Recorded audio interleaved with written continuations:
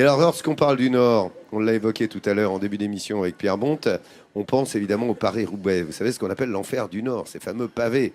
Et ma camarade Hélène Tomeillet de l'équipe de France 3 Nord, tu voulais nous en parler dans ton Vue d'ici, hein, c'est bien ça? Eh bien oui, parce que les pavés, pour nous, c'est un élément identitaire du Nord. Vous l'avez dit, on parle de l'enfer du Nord pour désigner la course du Paris-Roubaix, responsable de bien des chutes.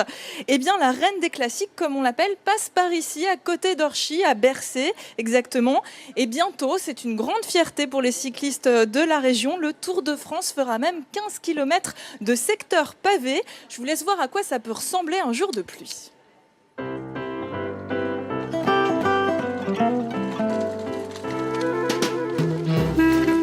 Ce jour-là, le pavé est gras, comme disent les cyclistes. Glissant, couvert de boue, il peut être dangereux, mais pas de quoi effrayer le président des Amis du Paris-Roubaix. Ce qui me plaît, c'est la difficulté des pavés, de bien les franchir, de ne pas trop monter dans les tours au niveau du rythme cardiaque, de me sentir bien, de maîtriser le vélo, et on prend énormément de plaisir.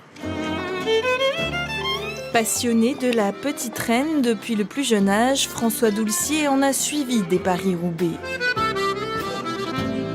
Il a même toute une série de photos anciennes de cette course, comme celle-ci qui date de 1922.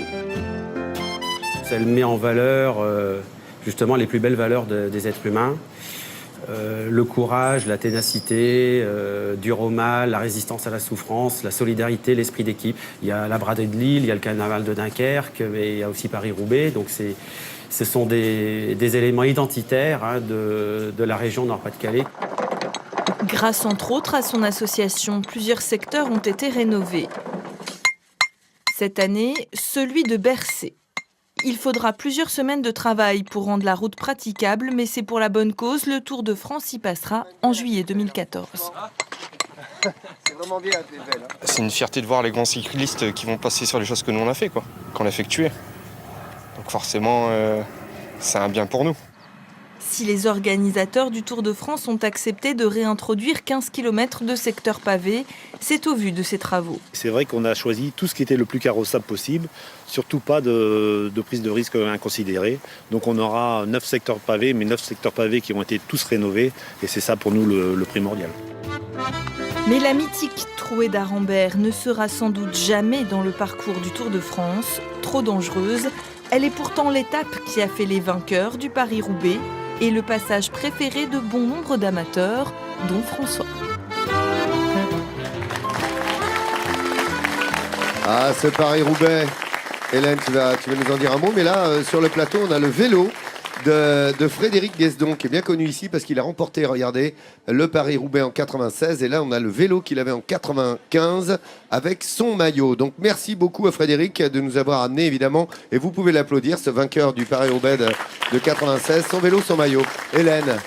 Alors, vous venez de le voir, hein, les ch'tis sont des sportifs, mais ils ne font pas que du vélo. À Orchy, par exemple, il y a une magnifique salle de basket où, écoutez bien, mesdames, Tony Parker est venu jouer puisque son frère faisait partie... lui-même. Exactement. Wow. Son frère faisait partie de l'équipe de Pro B de la ville. Voilà. Il est venu en vélo. C'est pour ça que le rapport entre le vélo et le basket, vous voyez. D'où son corps athlétique. Forcément, le gars est sportif. C'est tout, mais Hélène? Et ben voilà, c'est tout. Il fallait juste préciser peut-être que c'était le dernier coureur français à avoir gagné le Paris-Roubaix. Donc on a le dernier vélo français. Notre ami Frédéric Guesdon. Merci beaucoup Frédéric encore pour le vélo. Merci Hélène. Hélène qui va passer la semaine avec nous, qui représente ici la rédaction de France 3 Nord.